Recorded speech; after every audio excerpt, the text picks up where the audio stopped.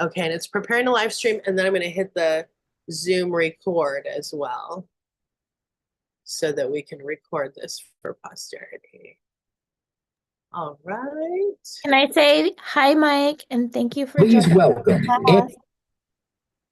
Say that one more time. I just wanted to welcome Mike and say thank you. It's such a privilege and honor to have you join our class Hey, today. thank you, Terry. Let's jam. It's so nice to Yeah, see you. I can't wait to pick your brain or hear what you have to say. Let's go. Excited to see Okay, you. Let's Awesome. do it. let me make it official. I'm hitting record. Hello, welcome everyone to our Humanities Speaker Series. I am Dr. Kirsten Ogden. We're going to be here with Mike SONKSEN and some of our students. I first want to thank the Student Services Initiative at PCC who funds this wonderful Humanities Speaker Series, which I think is in its 8th year.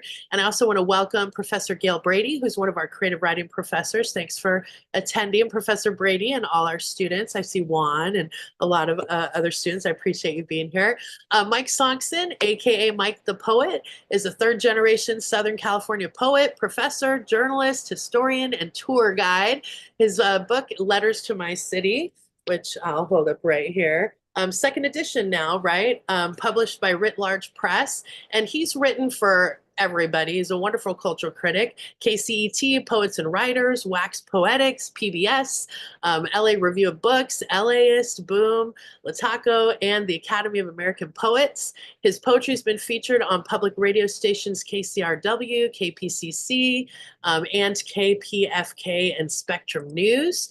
And sorry, I just admitted somebody, so I'm doing double duty here.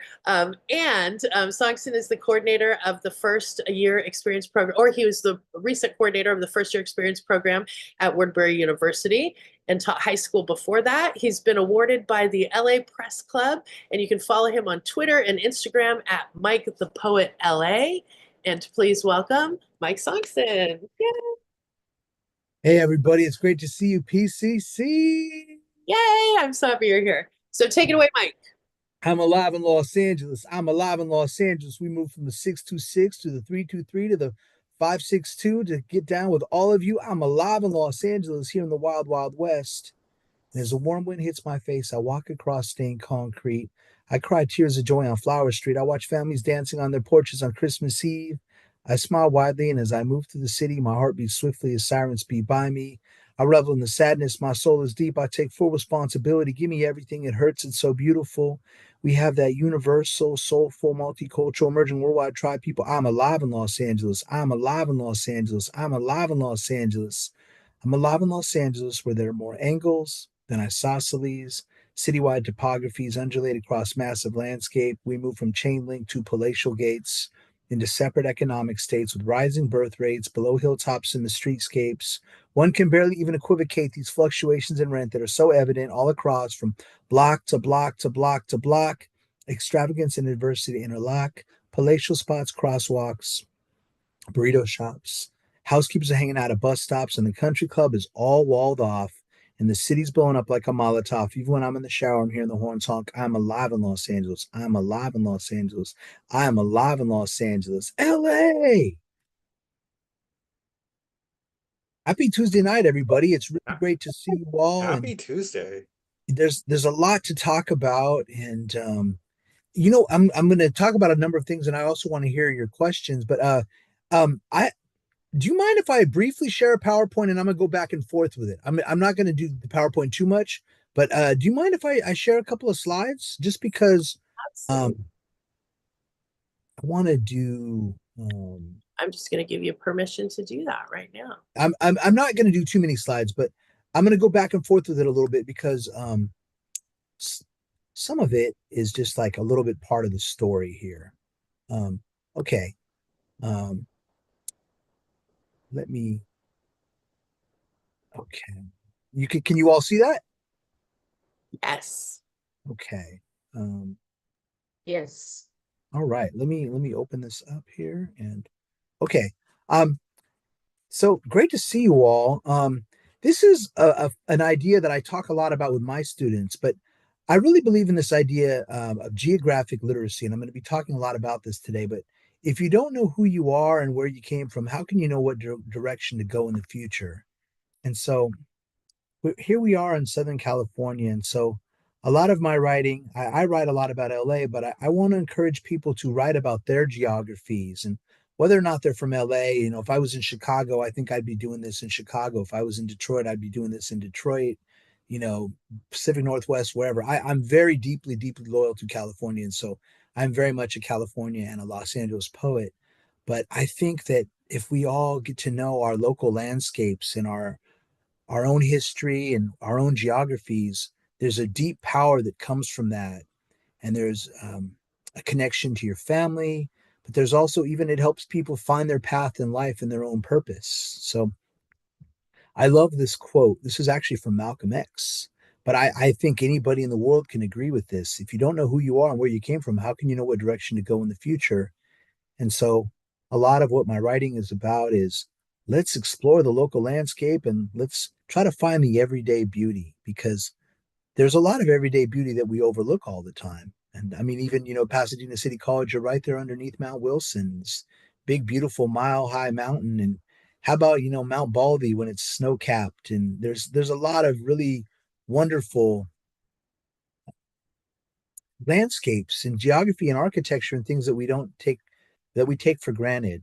So there's a quote. This is a writer who wrote about Chicago, but this connects a lot to my own philosophy of LA.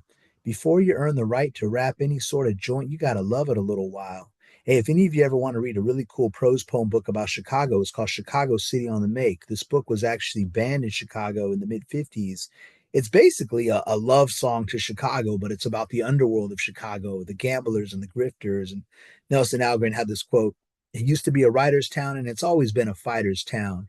But I like this idea of before you earn the right to wrap any sort of joint, you got to love it a little while. So I have plenty of critiques about LA, but I love it deeply. And I love it from being a third generation Angelino, but also from my grandfather's stories and from I've had jobs in all these different neighborhoods. I've taught in a lot of different neighborhoods. I've done poetry gigs in a lot of different neighborhoods. And I've been a tour guide in a lot of different neighborhoods and had friends in all these different neighborhoods. So everything I'm writing from is coming from, personal experience. I read a lot of books too, but I really believe in that old fashioned pound in the pavement. Um, Writing as a daily practice led to my career as a poet and as a journalist and a professor and a tour guide. So I really believe in writing as a daily practice. I write 5 haiku every day. I write at least a page in my journal. I'm literally keeping about 3 journals at the same time. I'm sure many of you do the same, but I believe in writing as a daily practice. Writing as a daily practice. Um, and I'm going to go back and forth between the slides. I'm going to show you a couple more, but writing is a daily practice. So I was born in Long Beach. Let me do one more poem, and then after this poem, I'll stop the slides for a second and we'll talk more. But I was born in Long Beach, so here's a poem about being born in Long Beach. This is the 562. The 562 is a nexus, a suburban urban cross section, a small town big city, affluent yet gritty. The 562 is somewhere between Hollywood and Irvine, Santa Monica and Anaheim. The 562 is a good time because its people are down to earth, blessed by birth to be born where the vibes are warm. Catch that cool ocean breeze blowing in from the beach and the clouds that come from the south as the coast winds around the peninsula of Palos Verdes. The temperature is perfect. This land was once marshlands and willow thickets and intercepted by the LA River, but now surfers and grandparents kick it. The 562 is all American multicultural, folks from Iowa to Cambodia, El Salvador to Ethiopia, aviation Okies in the aerospace industry, and denizens of Long Beach Groove, the Snoop Dogg and Sublime, garage rockers and freestyle rhyme. And on the streets of Long Beach, you can find Oil and Signal Hill, Broadway's alternative lifestyles, art in the East Village, downtown lofts, and rockabilly chillers. And how many poly players are in the NFL? From JoJo's to the Prospector Cohiba to the Blue Cafe, drinking sangria on a hot day, the Barflies cruise from the 49er to the Belmont Shore, Ferns to the V Room. And private parties used to get loose at the Spruce Goose. The 562 is a window into the future with lots of history, like the powerful earthquake of 33. The Pike used to be the place to be. And can we salute Cameron Diaz and her flavorful family? Respect to Lakewood, Cerritos, Bellflower, Norwalk, Cudahy, Southgate, Compton to damn near Bell Gardens. Not to be confused with the 310. This is the 562 in the middle of SoCal, but its own little world. It's another beautiful day in El Dorado Park. in the place of my birth and in the home of my heart. This is the 562.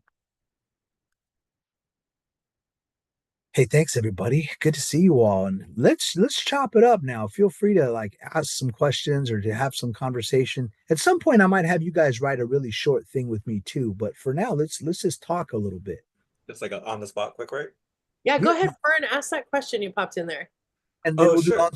on the spot quick writing a little bit. But let's talk for a minute, Fern. What's happening? Yeah. So you I'm Alive in Los Angeles has been like seems like it's your most iconic poem. I found a bunch of recordings of it on YouTube. Thank Um, you. yeah. And in Letters to My City, you have I am still alive in Los Angeles, right? Yeah. And so I was wondering, like, in between those two poems, like how did you as a person, as a poet, feel like you changed in between the writing of those two? Great question, man. Thank you. So many ways. Well, the most concrete ways were that I got married and became a father and became a teacher. Um, but what even gave me the idea to write a sequel to I'm Alive in Los Angeles was Wanda Coleman, one of the greatest LA poets and who passed over almost 12 years ago now, 11, 12 years ago. But Wanda Coleman, I interviewed her two different times, and I interviewed her once 6 months before she died. But she told me that there was a number of poems that she wrote sequels to, and that she wrote in those poems. If you ever see a Wanda Coleman poem that has a two next to it, it's the second version of a poem. And she kind of let me know that you could have permission to do that. And then Nas had his first album Illmatic, and then about 15 years later Nas had an album called Stillmatic. So Wanda Coleman and Nas were the ones that gave me the permission to um to write I Am Still Alive in Los Angeles. But I Am Still Alive in Los Angeles was you know once I became a dad, and I thought about so much of my early roots about LA and writing about LA were taking drives with my grandfather when I was young in the 80s. And um, my grandfather got me really excited about LA history and told me all these stories about the Great Depression in the 30s and the 40s. And he worked on the Union Pacific Railroad. And nowadays, I take my daughter on drives all the time. And she's 15, and I take her to thrift stores, and I'm teaching her about all these different LA neighborhoods, and she loves it. And she wants me to take her on a drive later tonight. And if I can finish my lesson plans and stuff fast enough, we might even be taking a little drive 8 or 9 o'clock tonight, my daughter and I. But so to answer your question, just a deeper life experience. Like the original I'm Alive in Los Angeles was this youthful exuberance and excitement, and then I'm Still Alive in Los Angeles is, you know, after I had been jaded, and then I got my enthusiasm back again. It's funny, I'm sure you know this, Fern, but as you live life, like you're excited, then you kind of get jaded, then you get excited again. Yeah. And like I was a super optimist, and then became a realist, and now I'm kind of somewhere in between. I'm still mostly an optimist, but I've been, enough through the up and down the roller coaster enough times to know the reality of situations. And so I'm Still Alive in Los Angeles is kind of the tempered version, but still with the underlying love.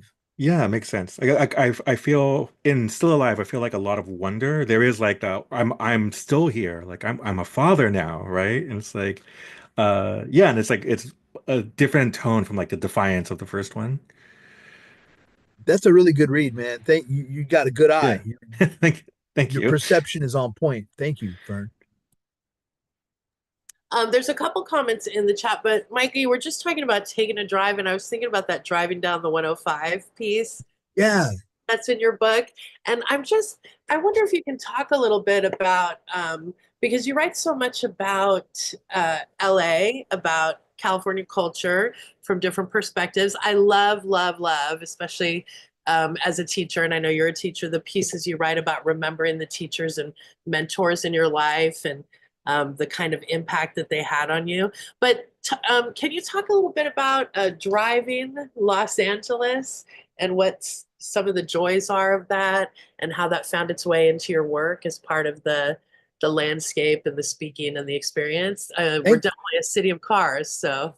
thank you. That's a great question because when I was teaching at Woodbury for almost 8, 9 years, and Woodbury University has a great architecture program, and there was a number of my students at Woodbury that didn't even want to drive anymore. They just want to take Uber or they want to ride their bikes. And I've often said that, if I lived across the street from a metro station and my job was across the street from a metro station, I myself would love to just take the train all the time. But driving is such a reality of living in LA. And my parents split up when I was very young, and my dad would come over on a lot of Sundays, and my dad and I took a ton of drives with both my dad and my grandfather. My grandfather was my mom's dad, and he was a big mentor of mine. But both my dad and my grandfather took me on a million and one drives, and so some of it is I'm a Gen X guy that grew up in a car, and I acknowledge that. But also it's fun,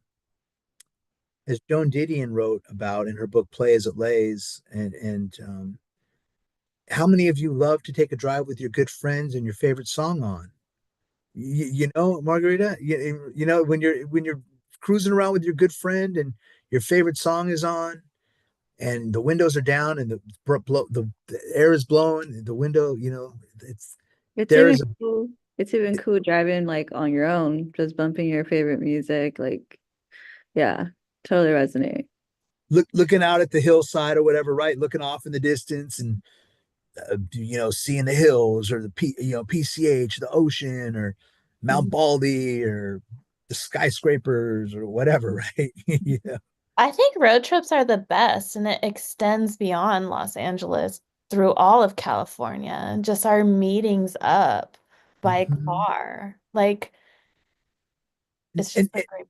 it's a great place for self-reflection, like Margarita said, whether it be alone or with your friend, whether it be alone and you know um you got a good song on, and sometimes you might damn near cry sometimes, thinking about things going on or whatever. And or on the flip side, a good heart-to-heart conversation in the car, right? Some of Yeah, I my was best. talking today with some students about the how we don't give ourselves a lot of time to just be, or to just, like we always have something going on in the background, or we're, doing the hack, or we're multitasking, or all this different stuff.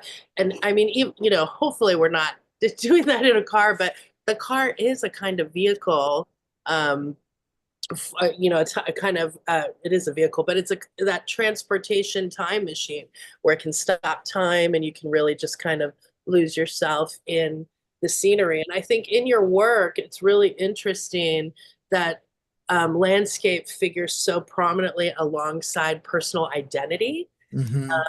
and how landscape can inform, but also infect and also effect how our identities develop, whether we were born in California, grew up in LA, or whether we're transplants and kind of took that on a little bit. And you talk about that in some of the essays where you write about some of the pocket communities in LA.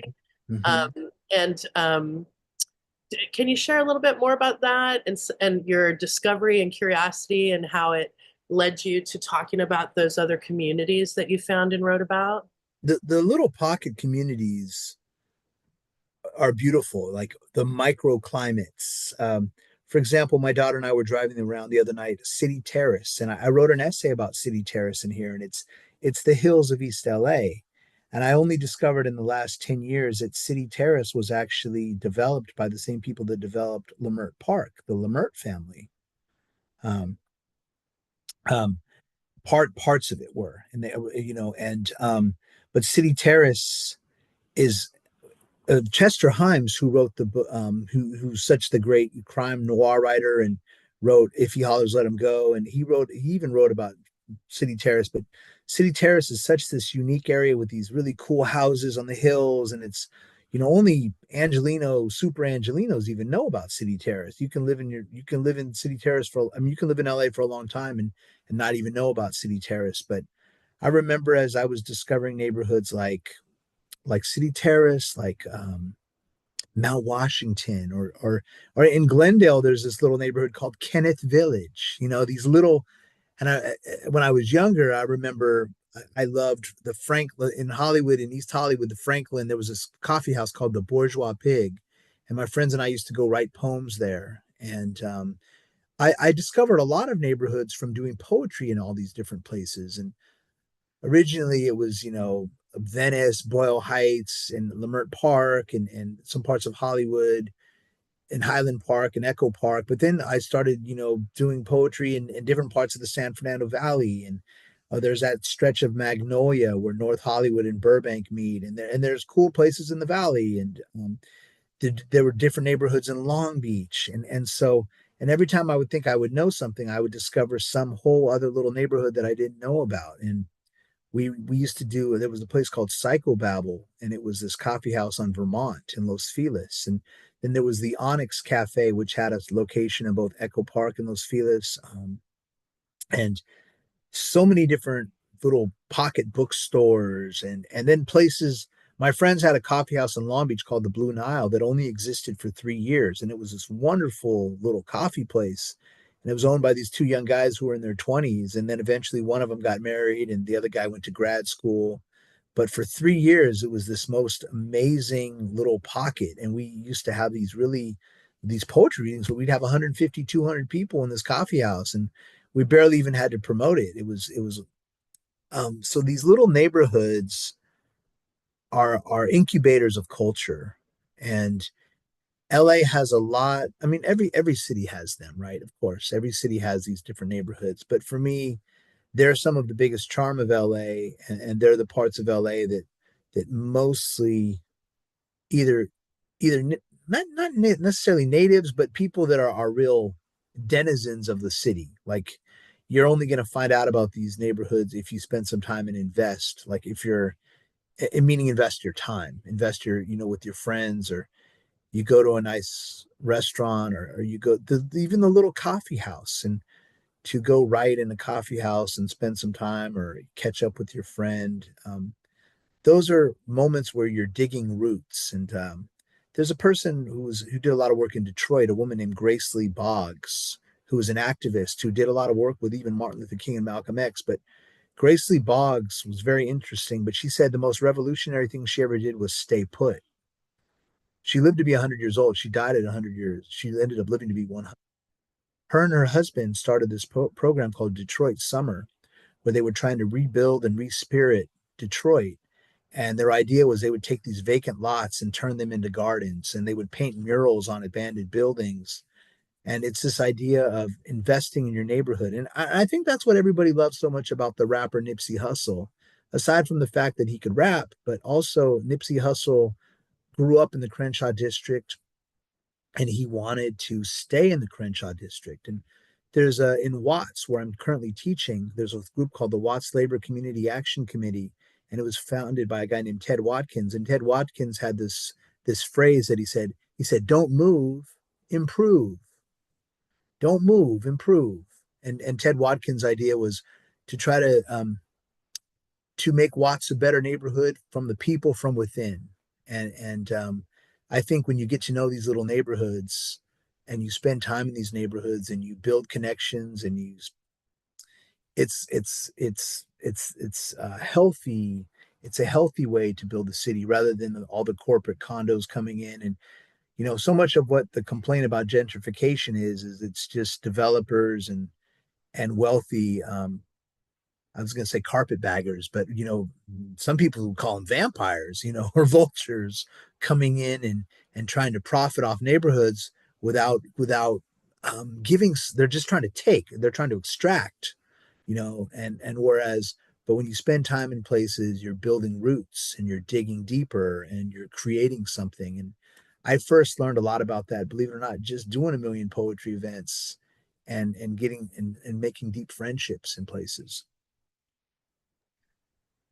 Yeah, that's yeah, I love that idea of our experiences make up the city, which is, and the way that we share those experiences and bear witness makes up the city. There's a lot of student comments here. I wonder if you can talk a little bit more about how you came to writing, and this how you came to this daily writing practice.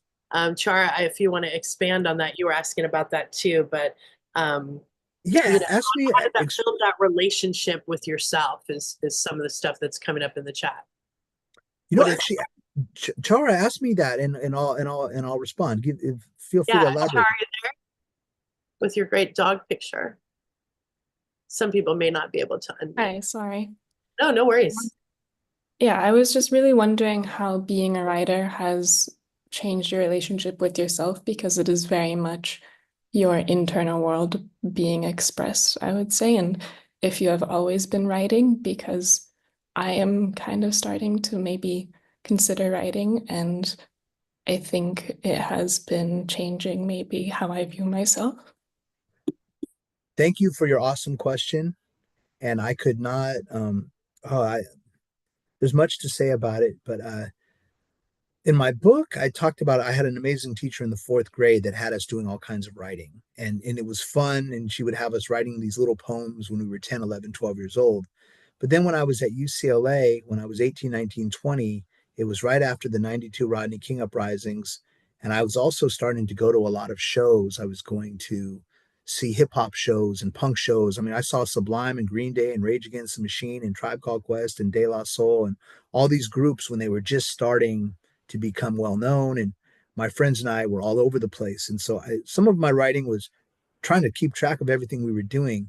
But then also, as I've gotten older, a lot of it writing is inner work too. And there's, hundreds and hundreds of, in even thousands, the hundreds of, moving towards thousands of pages of journaling and writing that's just about doing inner work and soul searching and rough drafts of my lesson plan and sometimes it's a poem and sometimes it's my laundry list and sometimes it's I got to pay these bills and sometimes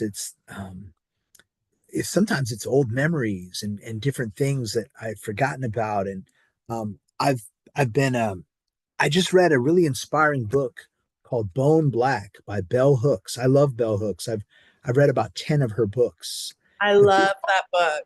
This book is Bell Hooks. This is Bone Black, and it's these like little prose poems.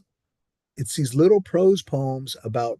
It's like a memoir of Bell Hooks' life, but she writes these like interesting kind of. There, it's almost mytho poetry where like she writes in the introduction that some of them, the events have been changed a little bit, but it's her way of making sense of it, and she's recording the memories. So some of writing I have some newer pieces that'll be in a future book of mine where I'm remembering things from my growing up with my sister and different conversations that I had with my grandfather that I never wrote about. Or um, so I think writing. There's a reason why all therapists tell people to keep a journal, but it's also just fun. I mean, I think it accomplishes about four, five, six things at the same time, and I'm now teaching 11th grade and I make the guys journal every single day. It's an all boys school in Watts called Verbum Day. I have the students are the top students from Watts and Compton, and it's an amazing group of dudes, really great guys. And we're taking a field trip to the Watts Towers next week. And I love to get these guys writing poems about their lives. But so to answer your question, you know, writing is addictive, and the more you do it the more you want to do it, but also like in some ways I might even I'm writing all the time, but I almost even try to read more than I write, and whenever I get stuck I read. And sometimes my journaling, um I never had insomnia until I had kids, but um there was a time a few years ago where there was too many things going on, and there was one year where I taught at three different colleges. This was about 8, 9 years ago.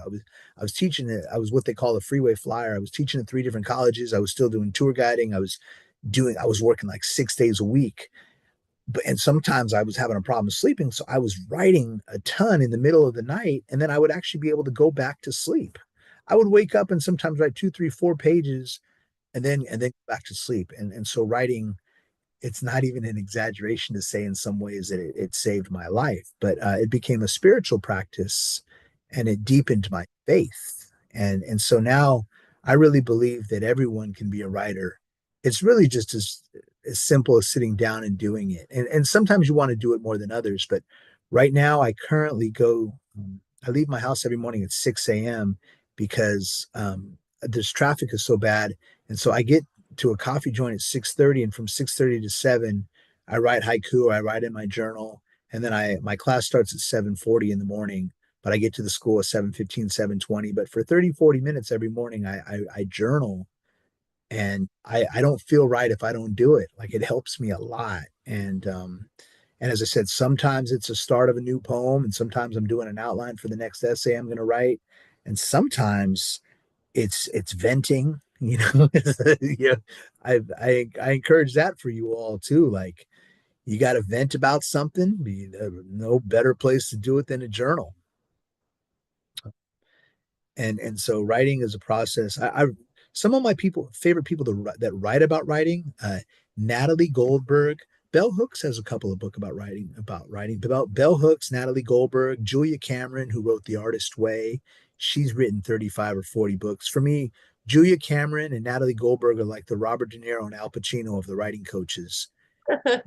And Bell Hooks is just amazing. And a guy named Peter Elbow, who just died, and he was a Yes, writing Peter theorist. Alba just passed away. Yeah, yeah. All these guys here are just like nodding because like all of the staple assignments are read Free Writing by Peter Elbow, First Thoughts of Beginner's Mind by Natalie Goldberg, read Critical Thinking by Bell Hooks. Right. So we have all those articles are like week one in Dr. Ogden's class, you I know, and we're I reading. love You read Wild Mind by Natalie Goldberg, which has all this try this, right? So like I think that what you're talking about in your journal is really interesting because it's kind of like it sounds like an old school I forgot what century, whatever century, old school commonplace book where we're collecting everything in this commonplace book. Sometimes we know what it is as we're kind of writing out, the outline for that essay or capturing quotes that we're hearing or Mhm, whatever like that.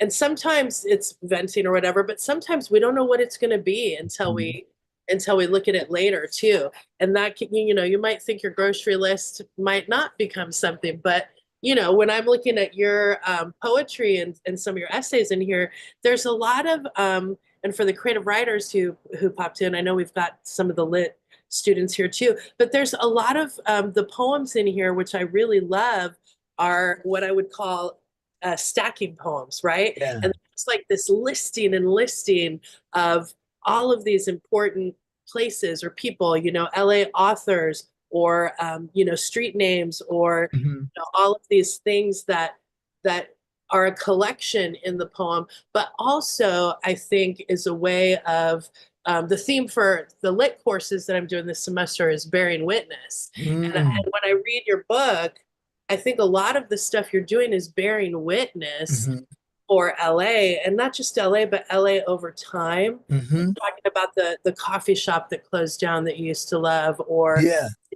this particular neighborhood that shifted, and a lot of people thinking right now about what is the new LA going to look like after these fires, and how the landscape is changing, and different types of people from different regions and places and cultures are coming in, and so it's constantly that churning, and I love that stacking of details that you do in your work, which I think is absolutely a way of bearing witness to not just yourself experiencing, but also this place for others to Mhm. experience. You know what I mean? Absolutely, absolutely. Uh, Thank you. Yeah, I mean, because everyone here with us today, you all have amazing observations, and you all witness the beauty of our city and the ups and the downs and the highs and the lows every single day. And when we can share these ideas together, yeah. Fern had a we question build about, community. want to pop in, Fern? Your question Yeah, about the freeway flyer, which I remember yeah, really well. all the Maybe Tara multitasking. after that? Yeah, go ahead. Yeah, so this was like just something on my notes. So I have a big love for literature, for poetry, but I'm actually right now a journalism major at PCC. Fantastic. hmm and so like I've been writing for the school paper. I'm editor at the journalism magazine this semester. So I was like while reading through, and there was your essay on like the ethics of being a tour guide. Yes, sir. And so like I just noticed is like, okay, so you need to get the history right. You need to get back to the primary sources, and you need to like, present the truth to debunk the myths. So it's like, is being a tour guide just the same thing as being a journalist? I am both. So, Yeah, they're yes, yes, yes. I mean, you as a journalist are giving us a tour of that great essay you're writing right now. Yeah. There's Absolutely. there too, You're right? Sorry to that's a, interrupt. Yeah, oh, I was just gonna say there's like historian in there too, right? Like yeah. the tour Mhm. guide in LA when we read that essay and we, hear about the preparation for that, and then journalists too, kind of pulling in those sources, the writing in the moment history, right? Yeah, yeah, yeah, yeah. And Fern, journalism is a lot of fun. Like I love it's funny, like I've written a few 10,000 word essays over the years, and Okay. one of them will be in my next book. But there have been essays that I've spent 4, 5, 6 months writing, and where I even read 5 or 6 books to write an essay and interviewed a bunch of Hmm. people and went down to the neighborhood a bunch of times and um, sometimes even doing the research and the prepping is almost more fun than the writing. Yeah. No, I totally feel you. I last semester I did this big, it was self-assigned, right? It was a journalism project I was working on, but it was this essay. I was trying to look into like the history of the HIV crisis, specifically in Pasadena. And yeah, so like I made sure I did a lot of reading. I wanted to be very careful with that. The information isn't there. The essay kind of wound up being about how the lack of information wound up being the story. Wow. But That's yeah. important work. Mhm. Thanks. And what you said right now to uncover the stories that no one has covered, you know, it's funny. I have a lot of friends that are DJs and the music producers and early 90s hip hop was always sampling these great funk and soul records and these rare records, but it's like it's getting to the point now where there's hardly a record that hasn't been sampled. But to Yeah. take that back Hmm. to take that back into journalism, so many stories have been covered over and over and over again. Like I mean, there was a great book written about Chavez Ravine and the Dodgers, and I'm a big Dodger fan, but we at this point we all do know the story of Chavez Ravine and what happened, and we do know about the Santa Ana winds. It doesn't make these stories any less important, but if there's something like the HIV crisis in Pasadena that nobody has ever written about, Fern is the man doing it, and we need you, and we need you. So here's to finding those stories that haven't been covered, and um, it takes a lot of good hard work to do it, but it's so worth it. Well, thank you. That means a lot to me. That does bring me to like another another question that I had in mind this whole time, which is like in Huell Hauser and the Gospel of Beauty. You write about just cold calling him, just like sending him your poetry out of the blue, and seeing if he responds, which he didn't. Um, is that like now that you're older and like you have like the publishing experience, the success for lack of a better word, like is that still something that you see yourself doing? How do you feel about just like if one of us sent you our writing after all this was over, how would you feel? It's so funny you ask that question because I've had different experiences with that. Very like I'm very receptive and responsive to people when they write me because I was a young guy that did that, and so I love meeting people and I'm pretty open. Like I'm a busy dad and I'm doing a million things, but I've had people send me stuff and I'll check their piece and be like, "Hey man, I like that. Keep writing," and I've even met a friend of mine, that I met almost 10 years ago. He We met like that. He had read a piece of mine and emailed me and so I when I did email Huell Hauser, gosh, I want to say it was mid 2000s. I can't even remember if it was 2004 or 5 or so, like sometime when I was just starting to kind of get out there a little bit.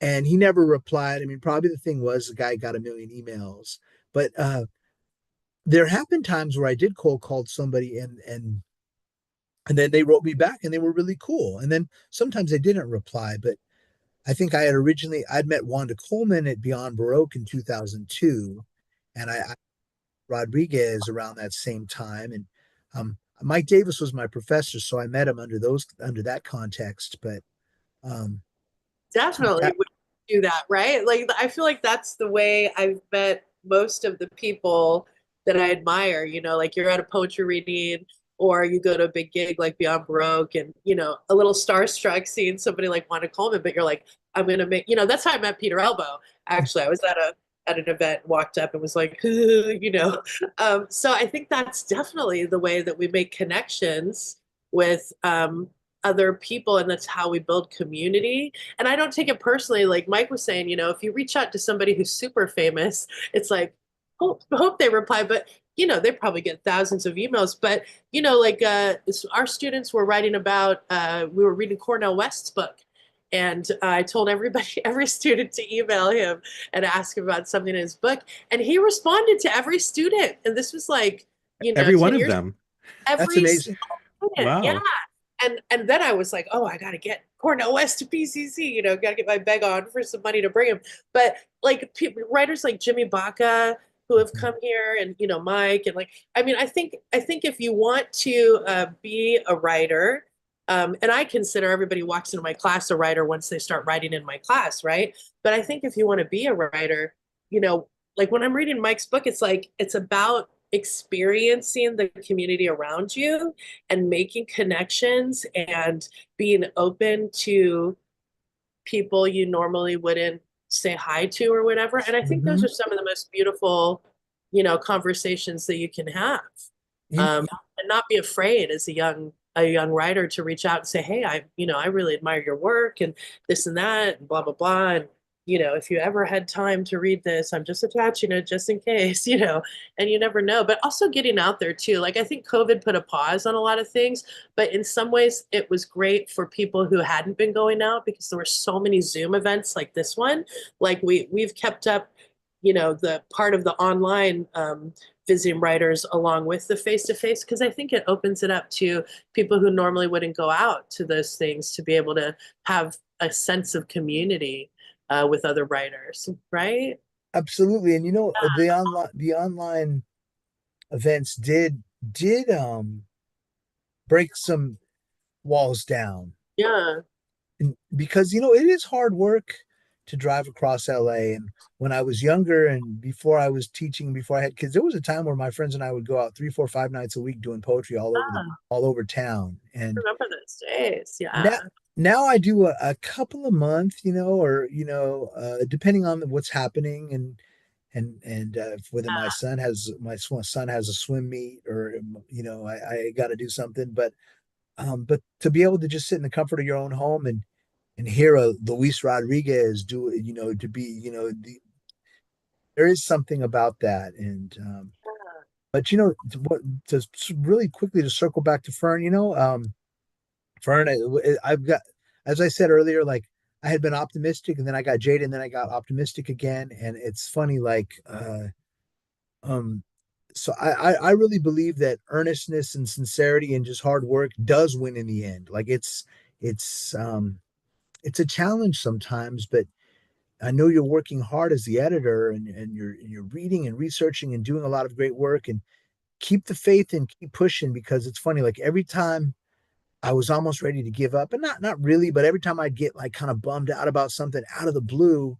I'd get an email from somebody, a former student, or I'd get an email from somebody like, "Hey, we were doing that event with you in Venice in 2007, and I'm still writing, and you put me up on the stage for the first time." Or somebody like, I did an event at the Getty Museum last year, but it was based on an essay that I wrote in 2012. We did an event called London Fog Meets LA Smog, William Blake and David Axelrod, and it was based on the poet William Blake. But there was a musician named David Axelrod who later on got sampled by Dr. Dre and DJ Shadow and Lil Wayne.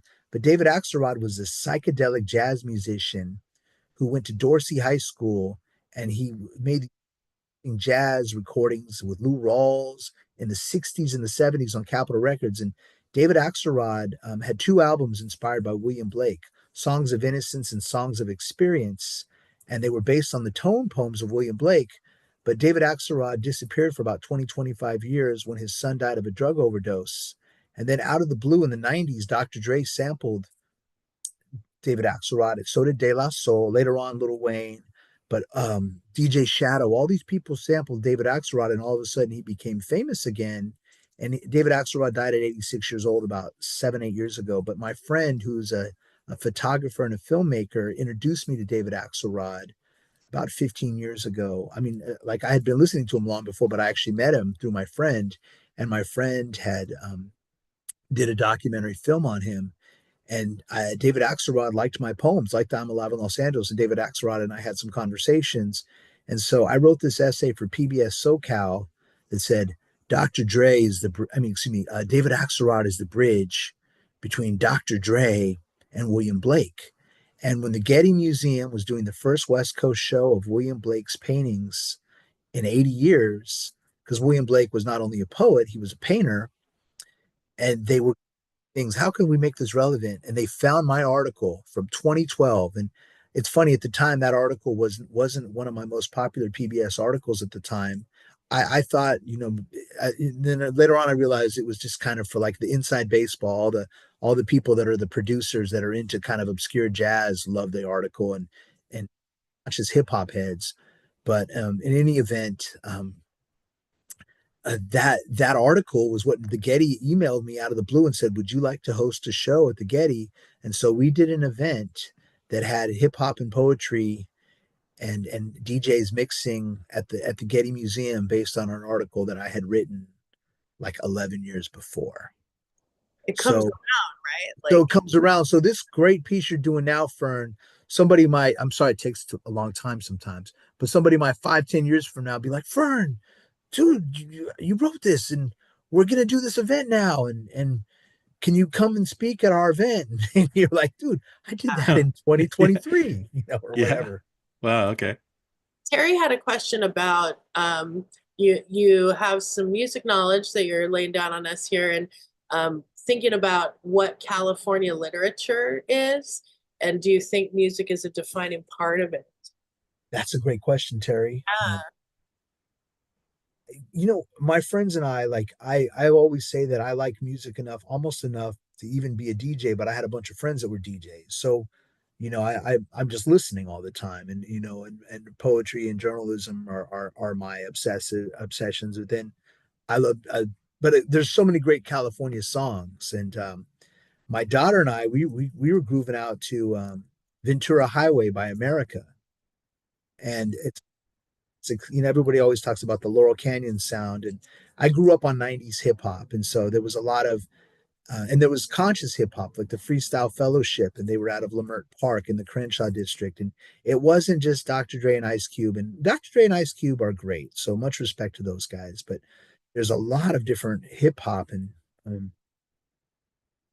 Sublime and how they represent Long Beach. And I know, the Eagles and James Taylor and Joni Mitchell and all of that really represented Laurel Canyon. But then Frank Zappa in the late 60s, early 70s. And even Captain Beefheart was from the desert, was from the Mojave Desert. And Rage Against the Machine, one of their members was from Orange County. But they always say they became Rage Against the Machine because they were from Orange County, but Zach De La Rocha's father was one of the influential Chicano muralists of the 70s.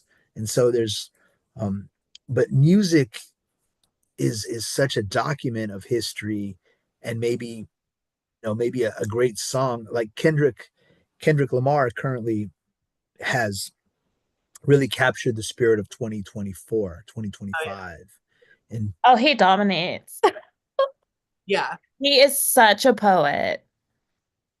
Kendrick is, He's been a he is poet. He is a poet. Yeah, Kendrick. I have a student of mine who grew up 2 streets away from Kendrick, and he's met Kendrick a couple of times, and he's a kid from Compton, and Adrian is a 16-year-old kid writing a history of West Coast hip hop for me right now, and he always talks about Kendrick growing up at 135th and Central. Yeah. And you made reference to Nipsey, you really have to listen. You can't just say, I'm a fan, like he died, his death kind of like put the media on him, but you really have to go and listen. From the very beginning, he's just been there. And the way he Deep started guy. business and just such a poet. Hmm. You know what? It's crazy. Nipsey Hussle, I didn't know this until later on, but his little sister was in my poetry class in 2008 at View Park High School. And I taught at 57th and Crenshaw. My first teaching job was at View Park Preparatory Accelerated Charter High School, rolling 60s, Crip territory, the whole thing.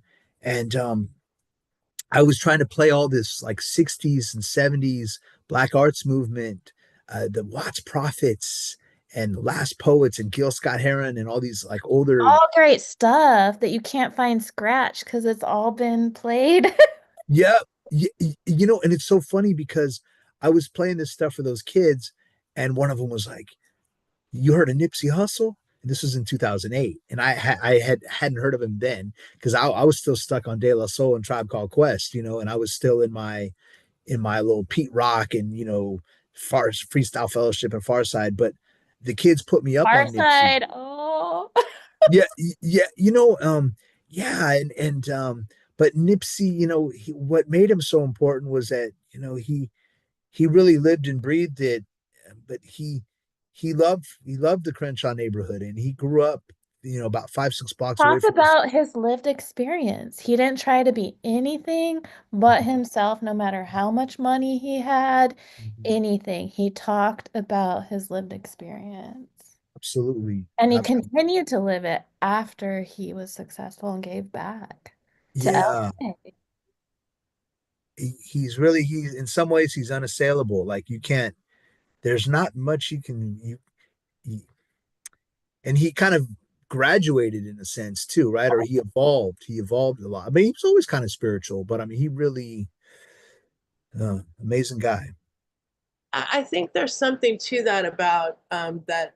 I mean, this word is so overused, but authenticity and like putting the self on the page, and like one of the things I'm always trying to do is to close that gap between what's in my head and what makes it on the page. And I think that's maybe one of the hallmarks of California writers, I think. Yeah, Yeah. absolutely. Professor Brady, you had a question. Do you want me to read it for you? Do you want to share?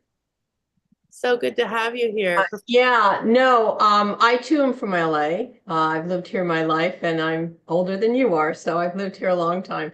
And but I was overseas for 14 years and I worked with people from the US, from other regions in the US. And LA was really disparaged. Well, the first thing that somebody said to me when I said I was from Los Angeles, he said, "Nobody's from Los Angeles."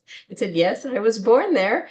And then, disparaged by the East Coast, disparaged by, San Francisco. I was gonna say that We're Bay not Area. quite Yeah. as intellectually, and then other things. So do you ever feel defensive as part of your motivation to say, hey, we're a great city? We are a great city. Why do we have to apologize for ourselves? So I was just thinking about that when I was listening to you Hey, talk. Professor Brady, 100%. And that was a major part of my initial thrust. I mean, in addition to just being from LA, but absolutely, you're 100%. Because I started about 15 years ago, I started doing a lot of poetry gigs in other places from time to time and traveling around, and people would you're I heard the same things you heard. You're not from LA, or LA's terrible. LA sucks. And then you remember in the 90s when the Northridge earthquake and following the Rodney Yeah. King uprisings, the OJ trial, and I think I even have it somewhere, or maybe it's at my mom's house, but the Time magazine had that cover, LA is over. I forgot what it was exactly. I'm Yeah. paraphrasing now, but it was like LA is dead. And then there was a whole lot of talk. And to me, I was remembering my grandfather's stories, and also I took a couple of LA history classes at UCLA, and so as I was taking these classes were combining with my own, not only my own lived experience and my grandfather's stories, but as I was discovering these things, I learned about the LA River, and I realized that I had driven over the LA River hundreds and hundreds of times. And my grandfather and I used to ride our bikes on the San Gabriel River. And Mhm. when you find out the story of the LA River, and you find out all of these stories, So a lot of it was at a time of being a defender of LA, and your question rings true to me. It's Thank like you. LA Avengers comic book, right? Yeah, Had our own Avengers. I was just talking to my sweetheart about that. He's a comic book artist, and he was reminiscing on, they had the Avengers, but then there was an LA Avengers comic, which I was like, we needed our own Avengers. We have just a few minutes left. I put our survey into the chat. Please fill out the survey. It just gives some data so that we can get money again next year to bring great people like Mike here to campus. But Mike, do you want to take us out with another piece? yeah.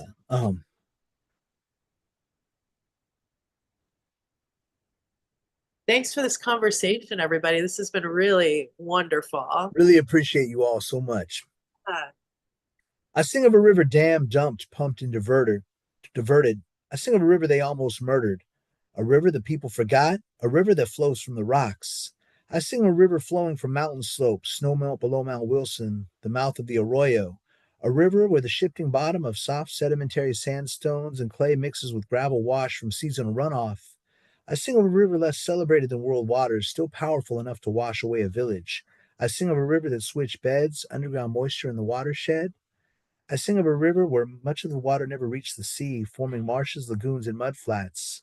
A river with a huge underground reservoir beneath the San Fernando Valley. I sing of a river that built this city. I sing of a river that provided life for the Tongva tribe, later to be called the Gabrielinos. They lived amidst the willows, edible berries, and sycamore trees. I sing of a river where steelhead were hunted by grizzlies. I sing of a river with an archipelago of birds, insects, and tiny green particles, foam bubbles, towering power lines, cottonwood trees, tadpoles, and morning frogs. I sing of a river where pelican songs echo off canyon walls.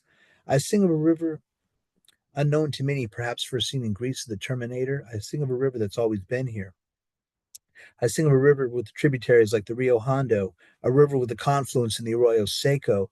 I sing of a river weaving through crossroads of freight rails and intersecting freeways. I sing a river below Metrolink and Gold Line trains. I sing a river with a bevy of bridges. Merrill Butler built iconic bridges in the city, beautiful tradition. I sing of a river where 44 pobladores established the Pueblo of Los Angeles in 1781 at the confluence in the name of Spain and King Carlos III. I sing a river that was here long before SIG alerts.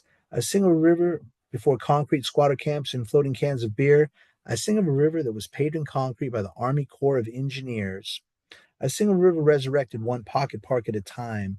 Blades of grass breaking concrete, riparian wetlands in the Compton Creek, oleanders in Atwater reinstate the native garden. Lewis McAdams founded the Friends of the Los Angeles River with the power of the word, and like John Kinsella says, poems can stop bulldozers. I sing of a river where wetlands and washes once dominated, witness the return of the watershed. And build the bridge, lay down the bricks, fill in the ridges, stack the sticks, feed the fire, consider the cost, take it up higher, the city is ours. LA! Thank you guys. Thank you so much. You are all a really fantastic group of people. Like, please feel free to email me or holler Thank at you me, so Mike much. DePote LA, at Gmail and Instagram, etc. You guys were really awesome. I can't thank you all enough. Well, you're Thank doing you. a reading on you're doing a reading on Sunday, right? Yeah, in Echo Park. Come on down. Yeah, tell us about that, Mike? It's at Stories Books in Echo Park, right on Sunset there. And Stories Books is a really killer little indie bookstore that always has a lot of great stock. That's Stories awesome. Books, it's just west of Echo Park. It's in between Echo Park and Alvarado on Sunset Boulevard. It's on the south side of Sunset, called Stories Books in Echo Park. And What time is that at? it's going to be at 6 p.m. 6 p.m. on this Sunday. Yeah, and I'm gonna be reading a few poems, and I'm also gonna have a couple of my students, and it's gonna be kind of a mixture of good folks. And these readings are like jam sessions, and they're also kind of a third space. The idea of bringing people together. That sounds great. That sounds great. And just to let everybody know, on April 8th on the PCC campus in C345, we have LA poet, PCC favorite alum, Adrian Ernesto Cepeda's coming at 1 p.m. He's going to be reading some poems for us and walking us through a cento writing workshop. And then later this semester, we have Juanita Mance, we have David Euling coming.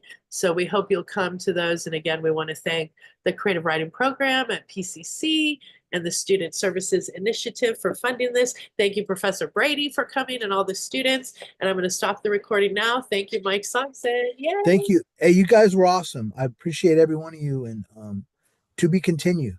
Yes. Thank you. Thank you. Thank you. We're officially off. Thank you.